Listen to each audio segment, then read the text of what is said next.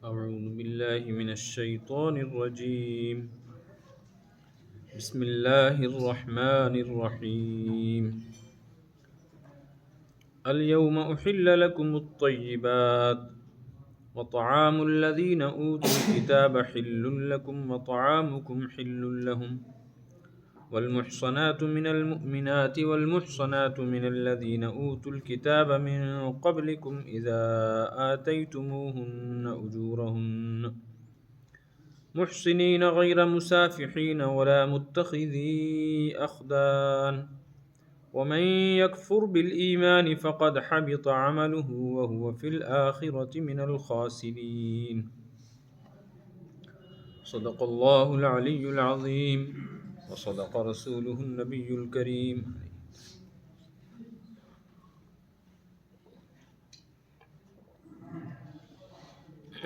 سورہ مائدہ کی یہ 5ویں آیت ہے اور اس ایک رکوع میں ہمیں پورے 5 ہفتے لگ گئے. آج 5واں ہفتہ ہے چونکہ ہر ہفتے ایک آیت پڑھی گئی.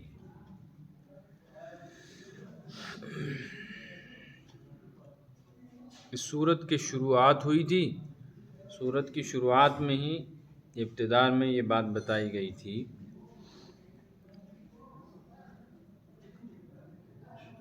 کہ اس میں حلال و حرام کے مسائل، جانوروں کی حلت و حرمت کے مسائل تفصیل کے ساتھ بیان کیے گئے ہیں، اور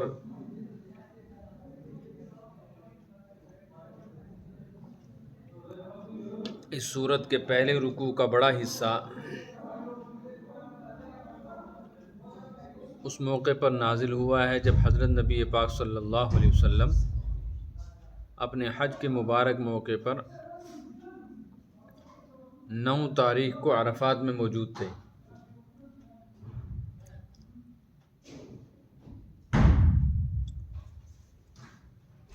آپ صلی اللہ علیہ وسلم سے میدان عرفات میں بعض سوالات بھی کیے گئے، اور جو آپ نے ارشاد فرمایا خطبہ وہ سوالات کے جوابات سے ہٹ کر الگ ایک مستقل بہت بڑا مضمون اور موضوع ہے. اس موقع پر کچھ آیتیں نازل ہوئیں، ان میں سے یہ آیت بھی جو آج تلاوت کی گئی. گزشتہ ہفتے دونوں آیتیں پڑھی گئی تھیں لیکن ایک ہی کا سبق ہو پایا. آج انشاءاللہ یہ رکوع مکمل ہوگا. الیوم احل لکم الطیبات. الیوم کا مطلب ہے آج. آج سے مراد ہے وہ دن جب یہ آیت نازل ہوئی، اور وہ ہے 9 تاریخ عرفے کا دن اور عرفات کا میدان. تو میدان عرفہ میں یہ آیت نازل ہوئی تھی، ان کا ایک حصہ یہ ہے. آپ کے ذہن میں ہوگا میں نے ایک بات بتلائی تھی. میں نے کیا بتلائی تھی؟ علماء نے جو کچھ بیان فرمایا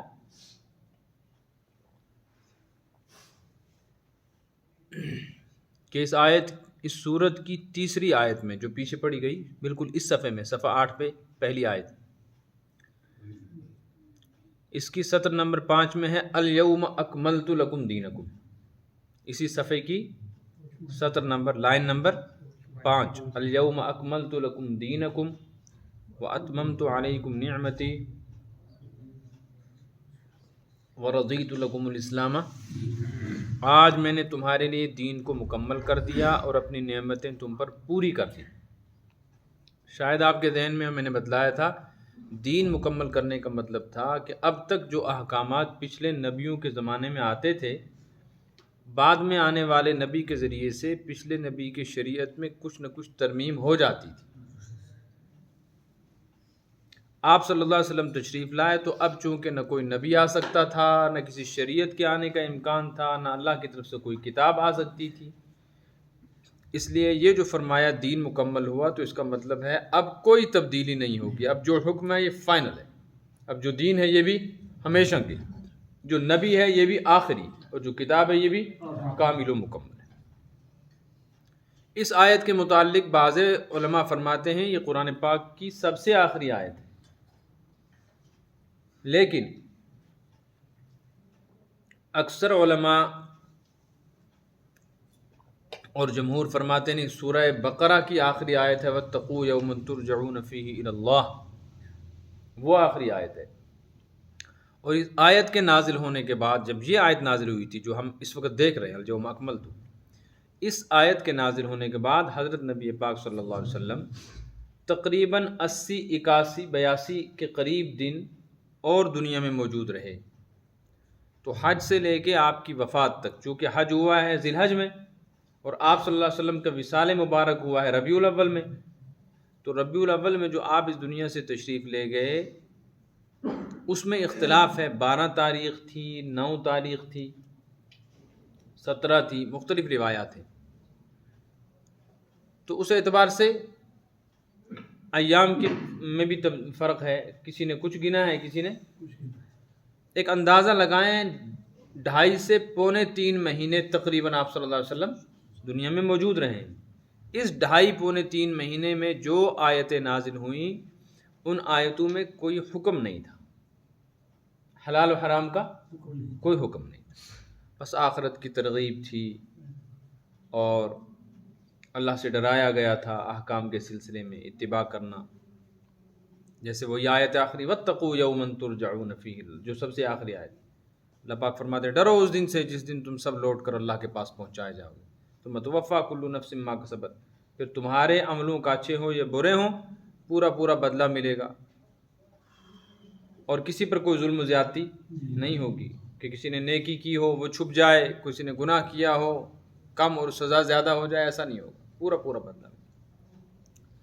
جب یہ بات سمجھ میں آ گئی تو بس یہ بھی ذہن میں رکھنا چاہیے کہ جو حلال و حرام کے احکامات اس موقع پر نازل ہوئے یہ حتمی ہیں، آخری ہیں، اس کے بعد ان میں کوئی تبدیلی یہ اس لیے کہہ رہا ہوں کہ آگے ایک مسئلہ آنے والا ہے، اس کو سمجھنا ہے۔ وہ سمجھ میں تب آئے گا جب یہ بات سمجھ میں آ جائے کہ یہ آیت نازل ہوئی ہے حجۃ الوداع پر اور اس میں حلال و حرام کا مسئلہ بیان کیا گیا ہے، اور اس موقع کے بعد جو آیتیں نازل ہوئیں ان میں کوئی پچھلا حکم تبدیل نہیں ہوا، تو اس کا مطلب ہے جو اس موقع پر نازل ہوا یہ آخری حکم تھا۔ سمجھ میں آ رہی ہے نا؟ اب سنیں، الیوم احل لکم الطیبات، آج تمہارے لیے حلال قرار دے دیا گیا طیبات کو۔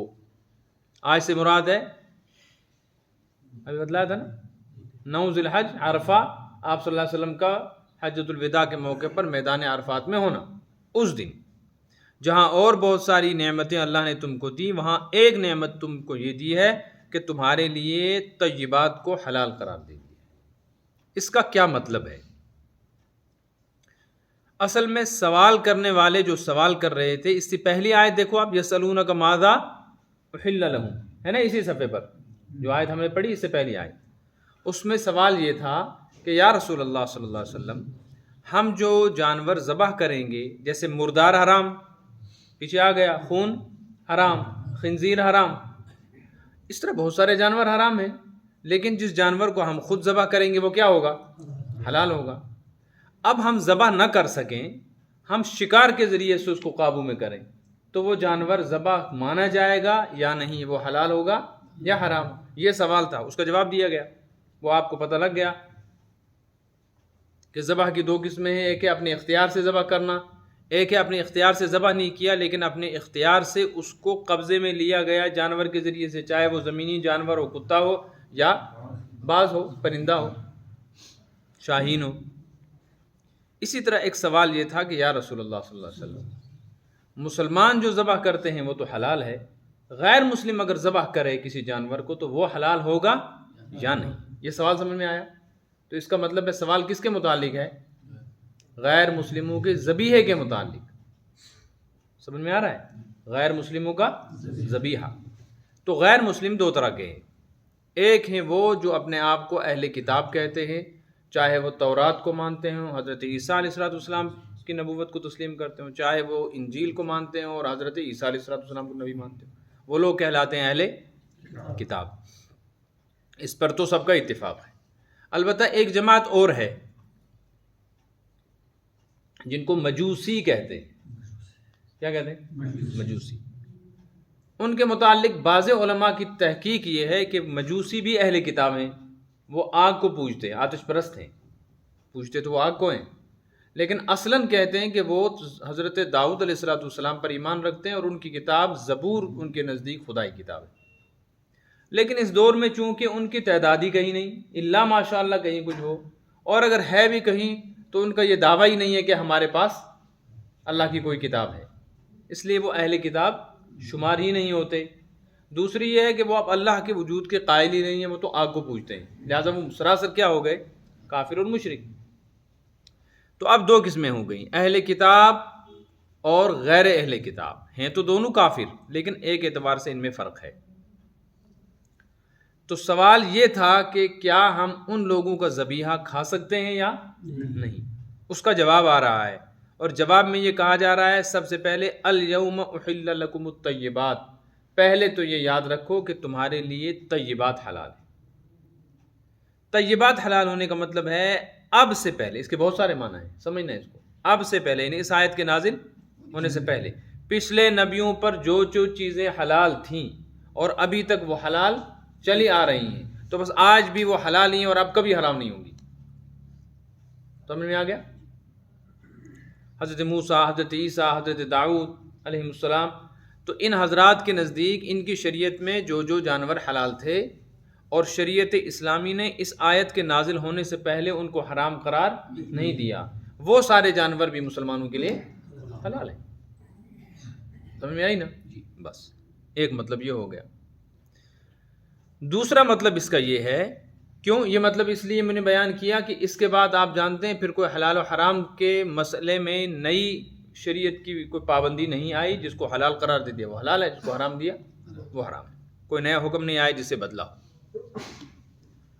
دوسرا مطلب اس کا یہ ہے الیوم احل لکم الطیبات، کہ تم بار بار سوال کرتے ہو کیا کھائیں نہ کھائیں. اس کے لیے ایک اصول اور قانون یاد رکھو. ہر وہ چیز جو طیب ہے وہ حلال ہے. جو طیب ہے، طیب کس کو کہتے ہیں؟ یہ تب پتہ چلے گا جب اس کی ضد معلوم ہو. روشنی کس کو کہتے ہیں؟ یہ جب پتہ چلے گا جب اندھیرے کا پتہ ہو. سیاہ کس کو کہتے ہیں؟ کالا کیا ہوتا ہے یہ جب سمجھ میں آئے گا جب کسی کو سفید کا پتہ ہو. سمجھ آئے نا؟ میٹھے کو وہ جانے گا جس کو نمک کا، جس نے کبھی نہ نمک کھایا نہ میٹھا کھایا، اس کو کیا پتہ میٹھا کیسا ہوتا ہے، نمک کیسا ہوتا ہے. ضد سے چیزیں پہچانی جاتی ہیں. تعرف الاشیاء بازدادها، چیزوں کی پہچان ہوتی ہے مد مقابل سے. دن کا پتہ رات سے چلتا ہے، رات کا پتہ دن سے چلتا ہے. ایک دوسرے کی ضد ہے. عورت کی ضد کیا ہے؟ مرد. مرد کی ضد عورت. طیبات کی ضد کیا ہے؟ طیب کی ضد ہے خبیث. سمجھ میں آئی؟ دیکھو آپ قرآن پاک پارہ نمبر 18، یہی آیت میں اس لیے نکال رہا ہوں کہ اور ایک مسئلہ بھی سمجھانا ہے. سورہ نور صفحہ نمبر آپ نکال لیجئے، اس میں 354 353 353.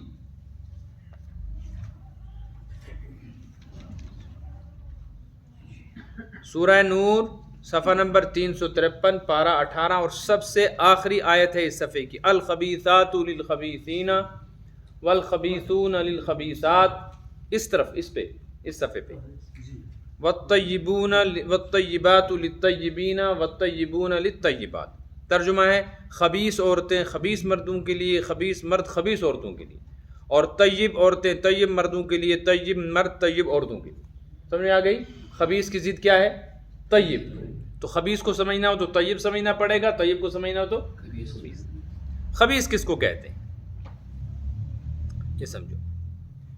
خبیث کہتے ہیں ہر اس چیز کو، اس آیت میں جو طیب ہے نا اس کو سمجھانے کی تشریح کر رہا ہوں، کیونکہ یہاں طیب سے مراد ہے کھانے پینے کی چیزیں. تو کھانے پینے کی خبیث چیزیں وہ کہلائیں گی جس سے انسان کی صحت متاثر ہو، جس سے انسان کھا کر استعمال کر کے، چاہے وہ پینے کی ہو یا کھانے کی، اس کی وجہ سے اس کی صحت خراب ہوتی ہو. چاہے وہ صحت اس طرح خراب ہوتی ہو کہ جسم کے باہر اس کا اثر ہوتا ہو، چاہے اندر ہوتا ہو، مضر صحت. وہ چیزیں کیا کہلائیں گی؟ خبیث. اب یہ دو طرح کی ہوں گی، کچھ وہ چیزیں ہیں جو شرعاً حلال ہیں مگر نقصان دہ ہیں، شریعت ان کو بھی کیا کہتی ہے؟ نہ کھاؤ، خبیث ہیں، نقصان دہ ہیں۔ جیسے حضرت علی رضی اللہ تعالیٰ عنہ کھجور کھا رہے تھے، آپ نے منع فرما دیا کہ آنکھ میں تکلیف ہے مت کھاؤ، حالانکہ وہ خبیث نہیں ہے، وہ تو طیب ہے۔ لیکن مجھ کو یہ بات بتانی ہے کہ خبیث سے مراد ہے وہ چیزیں جو بذات ہی ہر کسی کو کیا پہنچاتی ہیں؟ تکلیف۔ وقتی طور پہ جو چیزیں نقصان دہ ہوں ان کو خبیث، ان کو تو پرہیز والی چیزیں کہیں گی۔ اسی طرح ہر وہ چیز جس سے انسان کی روح متاثر ہوتی ہے، اس کے اخلاق بگڑتے ہوں، عادتیں بگڑتی ہوں، اس کے ایمان پر فرق پڑتا ہو، اعمال کی توفیق سے محروم ہو جائے، وہ چیزیں بھی کیا کہلائیں گی؟ خبیث، چاہے وہ کیا ہوں؟ چاہے دیکھنے میں حلال ہوں۔ سمجھ آئی نا؟ جیسے سود دیکھنے میں تو حلال ہے، اس کو ذبح نہیں کرنا پڑتا نا، سود کا پیسہ اور وہ تو ایک ہی جیسا ہے، لیکن شریعت نے سود کے پیسے کو، چوری کے مال کو کیوں حرام کیا؟ اس سے صحت نہیں بگڑتی لیکن اس سے روح بگڑتی ہے۔ تو دو چیزیں ہیں، ہر وہ چیز جو انسان کی روح کو بگاڑ دے، یا ہر وہ چیز جو اپنی ذات کے اعتبار سے انسان کی جسم اور بدن کی تکلیف کا ذریعہ بنے، اس کو کیا کہیں گے؟ خبیث۔ بس جب یہ سمجھ میں آ گیا تو طیب اس چیز کو کہیں گے جس سے انسان کا جسم بنتا ہو، ٹھیک رہتا ہو، اور طیب اس کو کہیں گے جس سے انسان کی روح میں برکت پیدا ہو، اس کو اعمال کی توفیق۔ سمجھ میں آئی نا؟ یہ ایک اصول بیان کیا گیا۔ اس اصول پر پھر اس سے ہٹ کر شریعت مسائل بیان کرے گی، کھانے کی کون کون سی چیزوں میں کون سی چیز کب حرام ہو جاتی ہے، کون سی چیز کب حلال۔ اب جن جانوروں کو شریعت نے حرام کیا، مثال کے طور پہ یہ چند جانور بیان کر دیے، تمہارے اوپر مردار حرام ہے، اسی طریقے سے جو جانور گلے میں پھانسی لگ کے مر جائے، ٹکر سے مر جائے، اس کے علاوہ بھی تو بہت سارے جانور حرام ہیں نا، ہے کہ نہیں؟ بندر حرام ہے، کتا حرام ہے، اس میں تو نہیں آیا اس کا ذکر، سانپ حرام ہے، بچھو حرام ہے۔ تو زہریلے جتنے جانور ہیں یہ کھا کر انسان میں کیا پیدا ہوگا؟ زہر پیدا ہوگا۔ اس لیے وہ سب اس میں معلوم ہو گیا، اس آیت کے ذریعے سے ان سب کو حرام قرار دی گئی۔ اتنی بات سمجھ میں آئی؟ اب آگے تفصیل آ رہی ہے۔ وَطَعَامُ الَّذِينَ أُوتُوا الْكِتَابَ حِلٌّ لَكُمْ، کافروں میں سے جو اہل کتاب ہیں ان کا طعام تمہارے لیے ایمان والو حلال قرار دیا گیا ہے۔ اور طعام کا مطلب ہے کھانا، لیکن سوال چونکہ ذبیحے کے متعلق ہے اس لیے ترجمہ کیا کریں گے؟ ذبیحہ، کیونکہ ذبح کیے ہوئے جانور کے علاوہ جو چیزیں ہوتی ہیں جیسے چاول ہے، روٹی ہے، چائے ہے، یہ تو مسلمان کی طرف سے آئے، کتابی کی طرف سے آئے، کافر کی طرف سے آئے، مشرک کی طرف، یہ تو حلال ہے۔ ہم جتنی چیزیں کھا رہے ہیں سب تو کافروں کے ہاتھ سے ہو کے آ رہی ہیں نا۔ اصل ہے ذبیحے کے متعلق سوال، تو طعام بول کر مراد یہاں ذبح کیا ہوا جانور ہے۔ یہ بتلا دیا گیا کہ کافروں میں سے جو اہل کتاب ہیں ان کا ذبح جانور تمہارے لیے حلال ہے، لیکن جو کافر غیر کتابی ہیں، نہ وہ یہودی ہیں نہ عیسائی، ان کا ذبیحہ حلال، چونکہ ان کا ذکر ہی نہیں کیا، صرف کافروں میں سے کس کا ذکر کیا؟ اہل کتاب۔ سمجھ میں آ رہی ہے؟ اب یہاں ایک مسئلہ ہے، وہ مسئلہ یہ ہے کہ اہل کتاب کس کو کہتے ہیں؟ تو میں نے بتلایا اہل کتاب سے مراد ہیں یہودی اور عیسائی۔ بعض علماء فرماتے ہیں یہودیوں اور عیسائیوں کا ذبیحہ حلال ہے، چاہے وہ اس دور کے ہوں چاہے اس دور کے۔ قرآن نے تو صاف کہہ دیا اہل کتاب ہیں، اور جب وہ اہل کتاب ہیں اور اس آیت کے بعد کوئی دوسری آیت حلال حرام کے سلسلے میں آئی نہیں ہے تو شریعت نے صاف کہہ دیا اہل کتاب کا ذبیحہ حلال ہے، لہٰذا قیامت تک جو اہل کتاب ہوں گے وہ کتنے ہی بے دین ہوں اور کیسے ہی طریقے پر ہوں، ان کا ذبح کیا ہوا جانور حلال۔ سمجھ میں آئی؟ اور بعض حضرات فرماتے نہیں، اس دور کے جو اہل کتاب ہیں وہ کافر ہیں، وہ کیا کہتے ہیں؟ وہ کافر ہیں، اور کافر کا ذبیحہ حلال نہیں ہے۔ تو یہ دو باتیں ہیں، اور یہ بڑا تفصیلی مسئلہ ہے۔ جو لوگ کہتے نہیں وہ کافر ہیں تو کیا ہوا، پھر بھی آج کے کافر اہل کتاب کا ذبیحہ حلال ہے، وہ اس لیے کہ وہ آج کافر نہیں ہوئے، وہ تو قرآن نازل ہوتے وقت بھی کافر تھے۔ وہ کیا تھے؟ نازل ہوتے وقت بھی کافر تھے۔ اور دیکھو آپ، یہ سورت جو ہے یہ سورت مدنی ہے، کون سی جو ہم پڑھ رہے ہیں؟ سورہ مائدہ مدنی۔ اور آپ دیکھو سورہ توبہ آئی ہے، بس آپ نہ کھولیں میں بتا دیتا ہوں۔ سورہ توبہ جو ہے اس کے شروع میں لکھا ہوا نہیں چونکہ یہ سورت نہیں ہے، لیکن یہ سورت بھی کیا ہے؟ سورہ توبہ مدنی، اس کی کچھ آیتیں۔ اچھا، سورہ توبہ کے اندر تفصیل آ گئی ہے کہ قالت الیہود عزیر ابن اللہ قالت النصارى مسیح ابن اللہ۔ تو یہودی اس وقت بھی حضرت عزیر کو اللہ کا بیٹا اور عیسائی اللہ کا بیٹا حضرت عیسیٰ کو کہتے تھے۔ وہ تو اس وقت بھی مشرک اور کافر تھے نا، لیکن اس کے باوجود قرآن نے کہا کہ اہل کتاب کا ذبیحہ تمہارے لیے حلال ہے، تو وہ اس وقت بھی کافر تھے، آج بھی کافر ہیں، اس وقت بھی حلال تھا، لہذا آج بھی حلال ہے۔ بات سمجھ میں آئی؟ یہ ہے مسئلہ۔ اور اس میں پھر ائمہ کا بھی کچھ اختلاف ہے، آگے اس کی جو تفصیلات ہیں اس میں کہ کافر کا ذبیحہ یا اہل کتاب کا ذبیحہ بھی شرطوں کے ساتھ حلال ہے۔ تو جو لوگ کہتے ہیں نا اہل کتاب کا ذبیحہ آج بھی حلال ہے، چاہے وہ کچھ بھی ہوں، ہر عیسائی اور ہر یہودی کا ذبیحہ، ان کے پاس یہ دلیل ہے کہ اس زمانے میں بھی وہ کیا تھے؟ مشرک اور کافر، اور آج بھی کیا ہیں؟ مشرک اور کافر۔ جب وہ اس زمانے میں کافر تھے تو اب بھی کافر ہو گئے۔ حضور کا انکار کیا انہوں نے کہ نہیں کیا؟ تو حضور کا انکار کر کے کیا ہوئے؟ حضور کا انکار بھی کیا، قرآن کا، اللہ کا بیٹا بھی مانا یہودیوں نے بھی اور عیسائیوں نے بھی، تو ان کے پاس رہا کیا؟ اس لیے ان کو اہل کتاب کہا گیا۔ اس کے باوجود ان کے ذبیحے کو کیا کر دیا؟ کیوں؟ پھر کیا فرق رہا ان میں ہندو میں؟ بس ایک فرق ہے، وہ یہ ہے کہ وہ اپنی نسبت نبی اور کس کی طرف کر رہے ہیں؟ کتاب کی طرف۔ سمجھ میں آئی؟ اس پر جو لوگ کہتے ہیں کہ نہیں اہل کتاب اس زمانے کے جو تھے وہ آج نہیں رہے، کیونکہ اب تو کتابیں کیا ہو گئی؟ تحریف شدہ۔ وہ کہتے ہیں کیسے تحریف شدہ؟ قرآن اس وقت کہہ رہا ہے یحرفون الکلم عن مواضعہ، کہ یہ بدبخت اپنی کتابوں میں آج بھی کیا کر رہے ہیں؟ تو اس وقت تحریف بھی کر، اپنی کتابوں میں بھی کیا کرتے تھے؟ تو اس سے پتہ چلتا ہے کہ صرف ان کا یہ کہنا کہ ہم موسیٰ کو اور تورات کو مانتے ہیں، ہم حضرت عیسیٰ کو اور تورات کو مانتے ہیں علیہم السلام، صرف ان کی یہ نسبت کرنا ہی ان کے اہل کتاب ہونے کے لیے کافی ہے، پھر چاہے وہ عقیدے اور عمل کے اعتبار سے کیسے بھی ہوں ان کا ذبیحہ حلال ہوگا۔ بات سمجھ میں آئی نا؟ لیکن حلال کیوں ہوگا؟ کیا صرف نسبت کرنے سے حلال ہو جائے گا؟ نہیں، یہ سمجھنا ہے، یہ سمجھیں گے تو بات حل ہوگی۔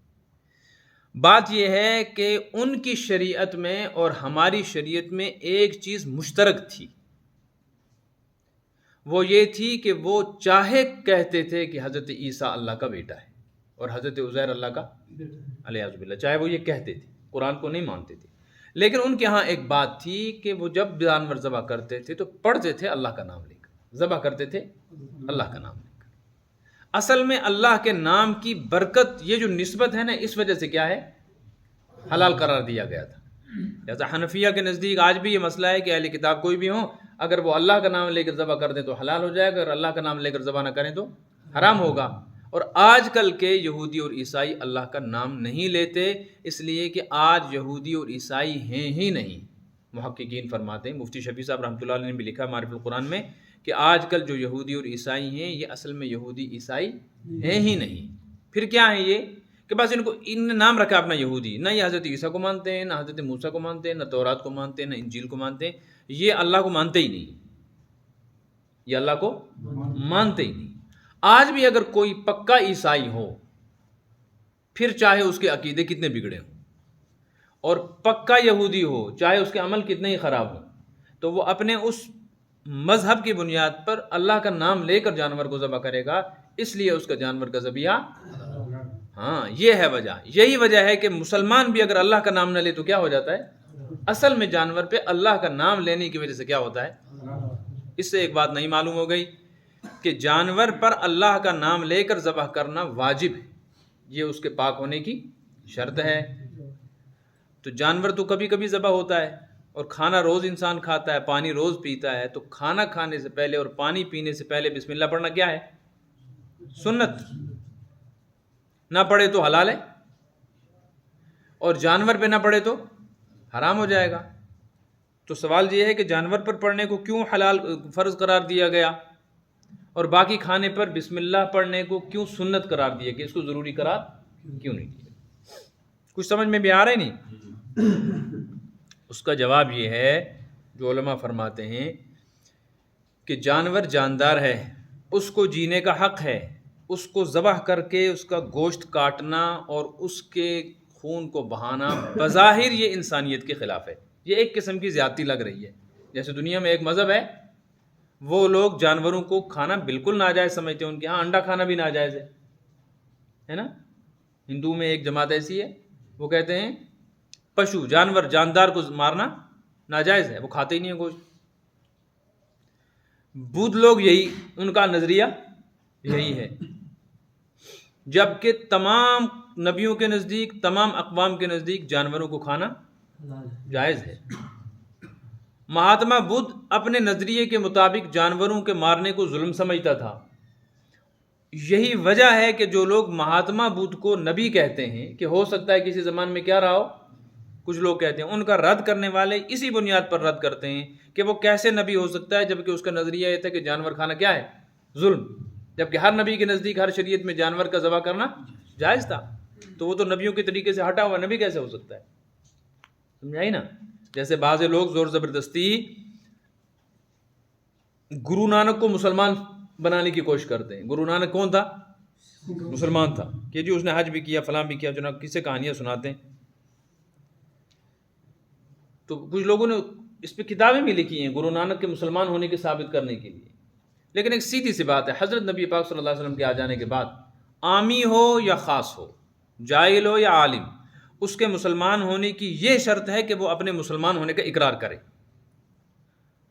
گرو نانک چاہے توحید کی تعلیم تھی اس کے ہاں، چاہے وہ حضرت نبی پاک صلی اللہ علیہ وسلم سے محبت کرتا ہو یا کعبہ کی طرف وہ منہ کر کے عبادت کرتا ہو، جو کچھ کرتا ہو. اور آج بھی سکھوں کا اپنا جو ہے طریقہ، وہ سکھ کہتے ہیں کہ ہم مشرک نہیں ہیں. لیکن گرو نانک نے کسی کے سامنے یہ کہا ہو کہ میں مسلمان ہوں، اس کا کوئی ثبوت نہیں ملتا. جب اس کا اقرار باللسان ہی نہیں ہے تو مسلمان کہاں ہے؟ بات سمجھ میں آ رہی ہے نا. اچھا، تو مسئلہ یہ ہے کہ جانور کو ذبح کرنا بظاہر کیا ہے؟ فطرت کے خلاف ہے. اور یہ جو کھانے پینے کی چیزیں ہیں، اناج کھاتے ہیں، پانی پیتے ہیں، جو بھی دنیا میں ہم چیزیں کھاتے ہیں، کھٹا میٹھا نمکین، اناج روٹی چاول، یہ چیزیں کھانا انسان کی فطرت میں داخل ہے، طبیعت چاہتی ہے، اور اس کو کوئی ظلم و زیادتی، یہ تو پیدا ہی ہوئی ہے کس لیے؟ فنا ہونے کے لیے. یہ پیدا ہوئی کہ یہ پیدا ہوں، ہر سال پیدا ہوں اور انسان کھا کے نمٹائے، پھر نیا پیدا ہو، پھر کھا کے نمٹائے. لیکن جس جانور کو آپ کھا لو گے وہ تو ختم ہے نا، تو اس کو فنا کر دیا آپ نے. تو بظاہر یہ جائز نہیں ہونا چاہیے تھا، بظاہر یہ جائز، لیکن شریعت نے چونکہ اس کو جائز قرار دیا ہے، تو اب اس کے حلال ہونے کے لیے شرط یہ قرار دے دی گئی ہے کہ اس کو اگر کھانا چاہتے ہو تو بسم اللہ اللہ اکبر ضرور پڑھو. اللہ کے نام کی برکت کی وجہ سے یہ اعتراض تم پر کوئی نہیں کر سکے گا کہ یہ چیز کیا ہے، ظلم و زیادتی. بات سمجھ میں آ گئی؟ لہٰذا اہل کتاب کا ذبیحہ تمہارے لیے حلال ہے، اور جب ذبیحہ حلال ہے تو طعام کا وہ جو عام مطلب ہے کھانا پینا، یہ ساری چیزیں بھی اہل کتاب کی ہمارے لیے حلال ہے. یہ گوشت کے علاوہ جو کچھ وہ سپلائی کر رہے ہیں یہودی عیسائی، وہ سب چیزیں کیا ہیں؟ حلال ہیں.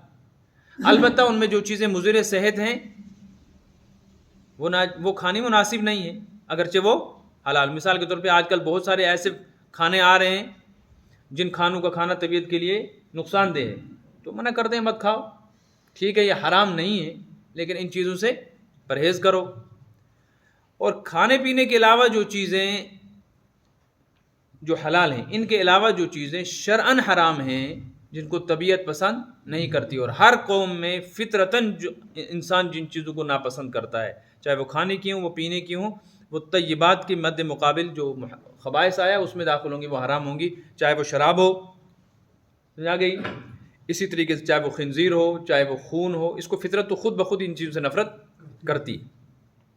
ہاں، ایک مرحلہ ایسا آتا ہے کہ انسان انسانیت سے نیچے اتر جاتا ہے، شکل اس کی انسان کی رہتی ہے لیکن وہ انسان، یعنی اس کی اندر کی فطرت چینج ہو جاتی ہے، چیزوں کی ماہیت بدلتی ہے. ماہیت سمجھتے ہیں، حقیقت بدل جاتی ہے. حقیقت بدلنے سے حکم بھی بدل جاتا ہے.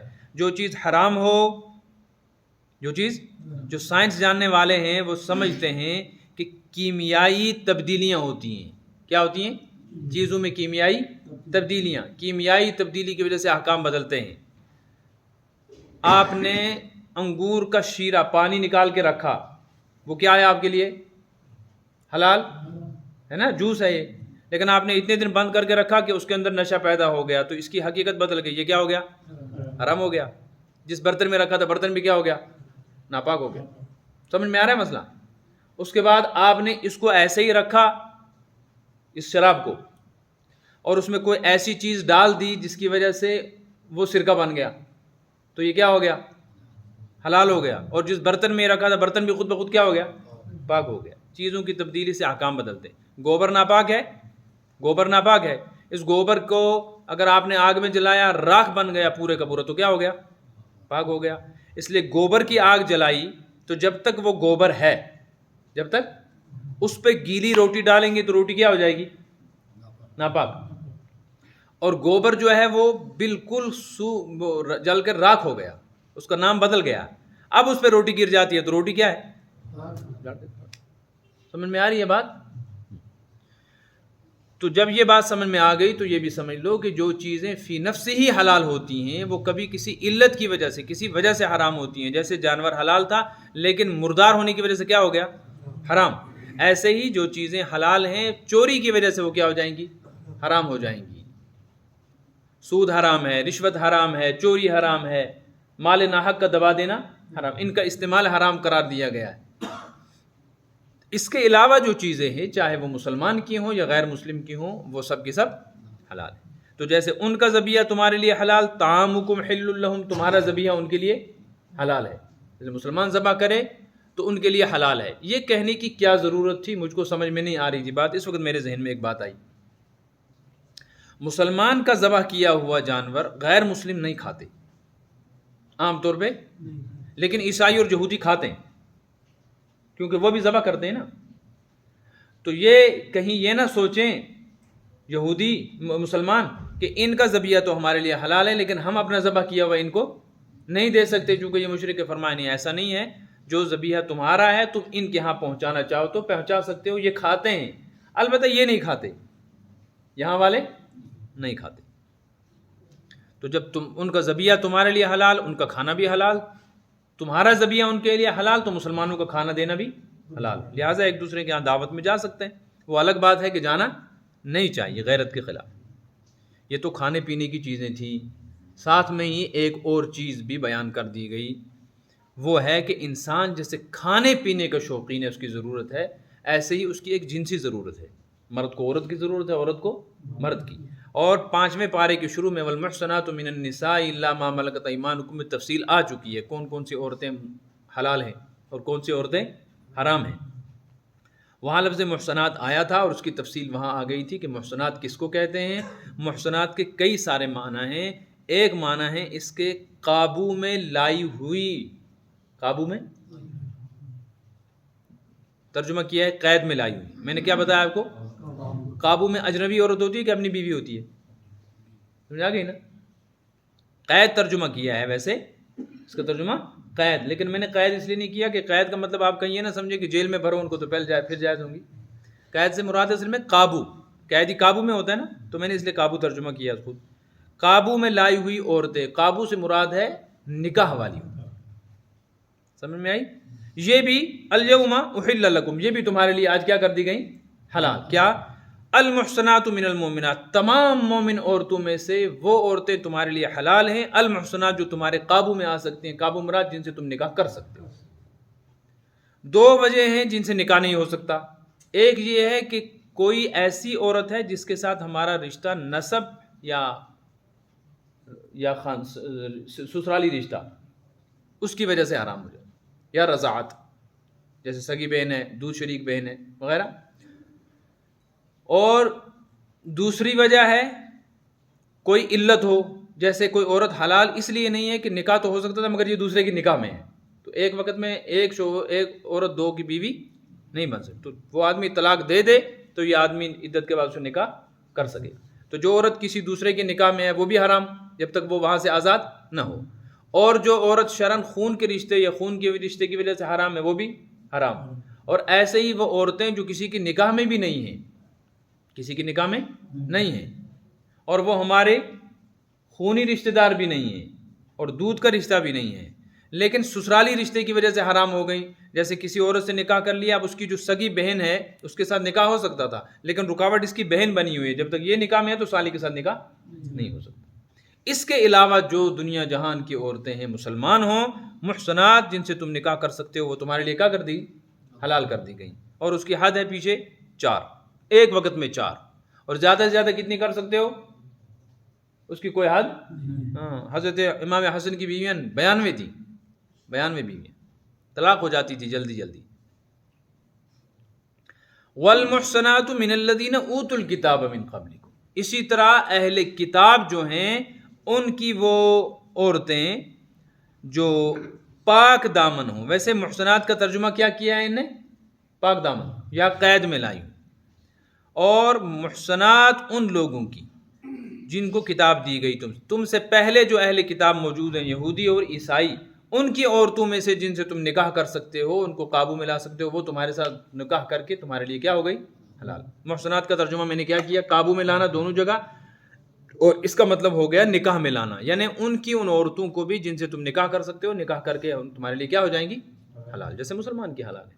ایک ترجمہ. دوسرا ترجمہ ہے اس کا محسنات کا پاک دامن. کیا ترجمہ؟ اس صورت میں ترجمہ ہے والمحسنات من المؤمنات, اور ایمان والیوں میں سے وہ عورتیں جو پاک دامن ہیں وہ بھی تمہارے لیے حلال ہیں. والمحسنات من الذین اوتوا الکتاب من قبلکم, اور اہل کتاب میں سے جو پاک دامن ہیں وہ بھی تمہارے لیے حلال ہیں. تو اس صورت میں مسلمانوں کی, اہل کتاب کی وہ عورتیں حلال قرار دی گئی جو کیا ہیں؟ پاک دامن.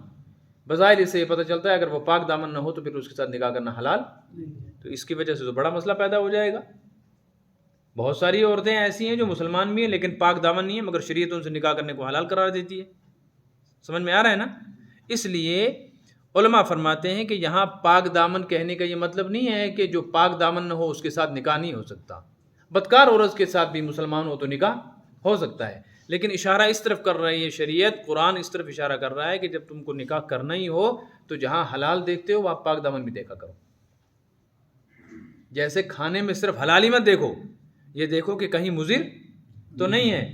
ایسے ہی نکاح کر رہے ہو تو حلالی مت دیکھو, یہ بھی دیکھو کہ کہیں مضر تو نہیں ہے, کہیں کل خدا نہ خواستہ یہ اس طرح کی بددین ہو, ایسی ہو کہ تم کو بھی بے دین بنا دے, یا ایسی بد چلن ہے کہ اولاد ہی مشتبہ ہو جائے, پھر کیا کرتے پھرو گے؟ کیونکہ عورتوں کا اثر, ماں کا اثر اولاد پر باپ کے مقابلے میں تربیت کے سلسلے میں زیادہ ہوتا ہے. دیکھو باپ مسجد میں اپنے بچے کو کس عمر میں لے جائے گا؟ کس میں؟ چلو جی 5 سال میں لے جائے گا. 5 سال سے پہلے تو نہیں لے جائے گا نا. 5 سال تک یہ کس کے پاس رہے گا؟ اب وہ بے نمازی ہوگی تو تربیت کیا ہوگی؟ باپ رہتا ہے دن میں مزدوری اور محنت پر, وہ اگر گھر آ کر بد اخلاقی کرے گا تو مغرب سے عشاء تک کرے گا نا. اور بیوی اگر بد اخلاق ہوگی, ماں بد اخلاق ہوگی, دن بھر گاؤں والوں کے ساتھ, محلے والوں کے ساتھ چاؤ چاؤ کرتی رہے گی, تو بچوں پر کیا اثر پڑے گا؟ یہ فرمایا نہیں وہ ہو جو بد چلن نہ ہو, با اخلاق ہو. اذا آتیتموہن اجورہن, لیکن یاد رکھو ان کو مہر دے دیا کرو. جب تم ان کو مہر دے دو تو تمہارے لیے کیا ہو گئی؟ یہ شرط نہیں ہے نکاح کے لیے, اگر بغیر مہر کے بھی کوئی نکاح کرے تو نکاح ہو جاتا ہے. البتہ پھر مہر کتنا دینا پڑے گا یہ ایک الگ مسئلہ ہے. مہر نکاح کے وقت طے کرنا چاہیے کہ اتنا مہر ملے گا. اگر طے نہیں کیا اور بغیر مہر کے نکاح کر لیا, اور لڑکے لڑکی نے طے کیا کہ نکاح میں مہر کی ہمیں کوئی ضرورت نہیں ہے, ہم دونوں تو محبت میں ایسے شادی کریں گے, تو مجھے مل گیا میں تجھے مل گئی, یہی ہمارا مہر ہے. شریعت کہتی ہے نکاح تو ہو جائے گا مگر مہر اب شریعت لازم کرے گی. مہر دینا ہی دینا ہے, معاف کرنے سے معاف. کتنا مہر دینا ہے؟ کہ اس لڑکی کی ہم عمر, اس کی خاندان کی جو شکل و صورت اور عمر اور تعلیم میں اس سے ملتی جلتی ہوں, اس کی چچیری پھپھیری بہنیں مسیری, ان کا جو مہر ہوگا وہ دینا پڑ جائے گا. فرمایا یہ اذا آتیتموہن اجورہن, جب کہ تم دو ان کو ان کا مہر. اور میرے ذہن میں یہ بات آتی ہے کہ کہیں اس طرف بھی اشارہ ہو سکتا ہے اس آیت سے کہ غیر مسلم یعنی کتابی عورت کے ساتھ نکاح کرنے میں تم یہ کہیں نہ سوچو کہ یہ تو جب ہمارے لیے مسلمان ہونا شرط نہیں ہے بیوی کے لیے, کتابی ہے تو اب مہر کی کیا ضرورت ہے, مہر تو مسلمان ان کو دے, ان کو ایسے رکھ لو. فرمایا نا ان کو بھی کیا دینا پڑے گا؟ مہر دینا پڑے گا. کیوں؟ محسنین, تمہارا مقصد تو ہونا چاہیے عفت اور پاک دامنی, اور اس میں ہے عفت اور پاک دامنی کہ تم مہر دو. اور اگر مہر دیے بغیر تم کرو گے بجائے تو یہ قسم کے قسم زنا ہو گیا, بدکاری ہو گئی. اور تمہاری حالت یہ تم ایمان والے ہو غیر مصافحین، تم کر ہی نہیں سکتے ہو کھلم کھلا بدکاری، ولا متخذی اخدان، اور تمہاری حالت یہ نہیں ہونی چاہیے کہ تم چھپ کے کیا کرو بدکاریاں۔ مومن نہ چھپ کے بدکاریاں کرتا ہے نہ کھل کے کرتا ہے، اور جب تم ان دونوں چیزوں سے پرہیز کرتے ہو تو مہر دینے میں کیا پریشانی، مہر دو، ورنہ تو مہر دیے بغیر نکاح کرو گے، نکاح تو ہو جائے گا لیکن دیکھنے میں کیا لگے گا، بدماشی۔ ومن یکفر بالایمان، اور جو کفر کرے ایمان کے ساتھ، دن بھر پریشان رہو کہ اس کا ترجمہ کیا ہوگا، اللہ نے ذہن میں ڈالا، کتاب بھی دیکھی، کسی نے ترجمہ لکھا ہے ومن یکفر بالایمان، جو ایمان کے بعد کفر کرے، فقط حبط عملہ، تو اس کے پچھلے عمل ضائع ہو جائے۔ ترجمہ یہ ہے کہ مومن بننے کے بعد اب کفر نہیں کرنا۔ اگر کسی آدمی نے کفر کر لیا، مرتد ہو گیا، تو جو اس نے حالت ایمان میں اعمال کیے تھے وہ سارے کے سارے، وہ فی الآخرۃ من الخاسرین، اور آخرت میں تو بہرحال ہے ہی وہ بڑے گھاٹے میں، کیونکہ سب کچھ لٹ گیا اس کا۔ لیکن پھر مفتی شفیع صاحب رحمۃ اللہ علیہ کی تفسیر دیکھی تو وہاں ایک بات میری سمجھ میں آئی، ومن یکفر بالایمان کا مطلب یہ ہے کہ ایک تو ہوتا ہے کفر کرنا کھلم کھلا، ایک ہوتا ہے کفر کرنا، مسلمان تھا مرتد ہو گیا علیہ باللہ، نکاح کیا کسی عیسائی سے اور اس کے چکر میں آ کر کیا بن گیا عیسائی، یہودی سے کیا اور کیا بن گیا یہودی، یہ تو سمجھ میں آ رہا ہے۔ لیکن کچھ چیزیں ایسی ہیں جن کو شریعت نے فرض قرار دیا ہے، ان فرض چیزوں کو اگر تم فرض نہ سمجھو تو تب بھی کیا ہو جائے گا، کیا ہوگا، کفر ہوگا۔ مثلا شریعت نے مہر کو لازم قرار دیا ہے، تم کہتے ہیں ہمیں کوئی ضرورت ہی نہیں مہر کی، تو یہ بھی تو ایک کفر ہے کہ شریعت لازم قرار دے رہی ہے ایک چیز کو اور تم کیا کہہ رہے ہو ہمیں اس کی ضرورت نہیں۔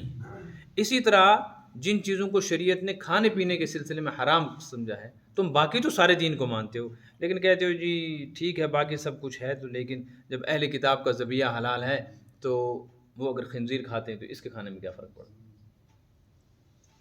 تو ایک چیز کو کیا تم نے کر لیا اپنے لیے حلال، یا شراب کہ جی شکل بدل گئی ہے اس لیے کیا ہو گئی حلال ہو گئی۔ تو چوری چھپے کفر کرنا یہ بھی ایک ایسا کفر ہے جیسے کھلم کھلا کفر کرنا، حلال چیزوں کو حرام سمجھنا یا حرام میں سے کسی کو حلال سمجھنا، شریعت کی لازم کی ہوئی کسی چیز کو غیر اہم سمجھنا اور جس کو شریعت نے منع کر دیا اس کو شریعت میں داخل کر دینا، یہ ایک عمل بھی ایسا ہے کہ اس طرح کر لیا تو یکفر بالایمان، سمجھو اس نے ایمان کا کفر ہی کر دیا، پورے کے پورے ایمان کا انکار کر دیا۔ لہٰذا بس اس ایک حرکت کی وجہ سے حبط عمل، اس کا عمل کیا ہو جائے گا؟ کیا مثال کے طور پہ ایک آدمی نے سمجھا کہ بھائی دیکھو اہل کتاب کی بیویاں بھی ہمارے لیے کیا ہو گئی، عورتیں ان کی ہمارے لیے بیویاں بن کر حلال ہو گئی، اسی طریقے سے حلال ہو گئی کون؟ ان کی ذبیحے بھی۔ یہ جو یہ سکھ ہیں ان کے پاس بھی تو گرنتھ ہے، کتاب تو وہ ان کے پاس بھی ہے، اور ہندوؤں کے پاس وید ہے، تو یہ بھی اہل کتاب ہو گئے۔ اب کون پوچھتا ہے اس زمانے کے اہل کتاب بھی کافر ہو گئے، یہ بھی کافر ہیں، لہٰذا ان کی عورت سے بھی کیا کر لو، نکاح کر لو، یا ان کا ذبح کیا ہوا بھی کھا لو، کیونکہ ہم ایسے علاقے میں رہتے ہیں یہاں غیر مسلم میں گوشت کھانے کو دل چاہتا ہے، خود کر نہیں سکتے، یہ غیر مسلم یہ سکھ جو ہے یہ کر رہے ہیں ذبح، اپنے حساب سے جھٹکا کر رہے ہیں، اور یہ جو ہیں یہ شرک بھی نہیں کرتے، ان کا عقیدہ جو ہے وہ مشرکوں والا نہیں ہے، اگرچہ وہ بظاہر شرک کر رہے ہیں لیکن عقیدہ ان کا شرک کا نہیں ہے، اور اس کے ساتھ ساتھ یہ ہے کہ کتاب کی طرف بھی نسبت ہے، تو کوئی راستہ تلاش کر کے اپنے لیے ان کے ذبیحے کو بھی اہل کتاب کے ذبیحے کی طرح حلال سمجھنے لگے یا ان کی عورتوں کو اپنے لیے حلال سمجھنے لگے تو یہ کفر ہوگا، اس لیے کہ یہ جن کتابوں کی طرف اپنی نسبت کرتے ہیں ساتھ ہی یہ دیکھو کہ یہ اپنی کتابوں کو اللہ کی کتاب نہیں کہتے، یہ گرنتھ کو گرو نانک کی تعلیمات کہتے ہیں، سمجھا گئی نا؟ اور ایسے وید وغیرہ جو ہے تو اس کو وہ خدا کی کتاب نہیں کہتے، تو جب یہ ہے ہی نہیں اللہ کی کتاب اور یہ کسی نبی کی طرف اپنی نسبت بھی نہیں کرتے، لہٰذا یہ کافر ہیں۔ اس طرح کی آشنائیاں چوری چھپے کرنا اور راستہ تلاش کرنا حلال کے حرام ہونے کا، یہ سارے کا سارا معاملہ بھی کفر کا معاملہ ہے، جو آدمی اس طرح کی حرکت کرے وہ بھی کافر ہو جائے گا اور دنیا اور آخرت میں دونوں جہانوں میں خسارے میں رہے گا۔ الیوم احل لکم الطیبات، آج کے دن تمہارے لیے تمام طیبات کو حلال قرار دے دیا گیا، اور ان لوگوں کا ذبیحہ جن کو کتاب دی گئی ہے اہل کتاب ان کا ذبیحہ بھی تمہارے لیے حلال ہے اور تمہارا ذبیحہ ان کے لیے حلال ہے۔ والمحصنات من المؤمنات، اور ایسے حلال ہیں تمہارے لیے ایمان والیوں میں سے وہ عورتیں جو تم قابو میں لا سکو، ان کو بیویاں بنا سکو شرعن. والمحصنات من الذین اوتوا الکتاب من قبلکم اذا آتیتموہن اجورہن، اور وہ عورتیں جو اہل کتاب کی ہیں اور محصنات ہیں تم ان سے نکاح کرنا چاہتے ہو، اذا آتیتموہن اجورہن، ان کو بھی حسب دستور مہر دے دو، وہ بھی تمہارے لیے کیا ہو جائیں گی؟ حلال ہو جائیں گی. اس سے معلوم ہو گیا اہل کتاب کے علاوہ جو لوگ ہیں دنیا میں ان کا نہ ذبیحہ حلال ہے نہ ہی ان کے ساتھ مناکحت رشتہ حلال ہے. غیر محسنین غیر مصافحین ولا متخذی اخدان، تم نکاح کرنے والے ہو نہ کہ غیر مصافحین کھلم کھلا بدکاری کرنے، ولا متخذی اخدان ایسے چوری چھپے بدکاری کرنے والے بھی نہ بنو. ومن یکفر بالایمان، جو آدمی ایمان کے باوجود کفر کرے یعنی کفر کی کوئی حرکت کرے، فقط حبط عملہ، اس کے بھی سارے عمل ضائع ہو جائیں گے، وہ فی الآخرۃ من الخاسرین، آخرت میں وہ گھاٹے والوں میں رہے گا. اللہم صلی علی سیدنا مولانا محمد نبی الرحمہ وعلی آلہ وصحبہ اجمعین. اللہم تقبل منا فإنک انت السمیع العلیم وتب علینا انک انت التواب الرحیم برحمتک یا ارحم الراحمین.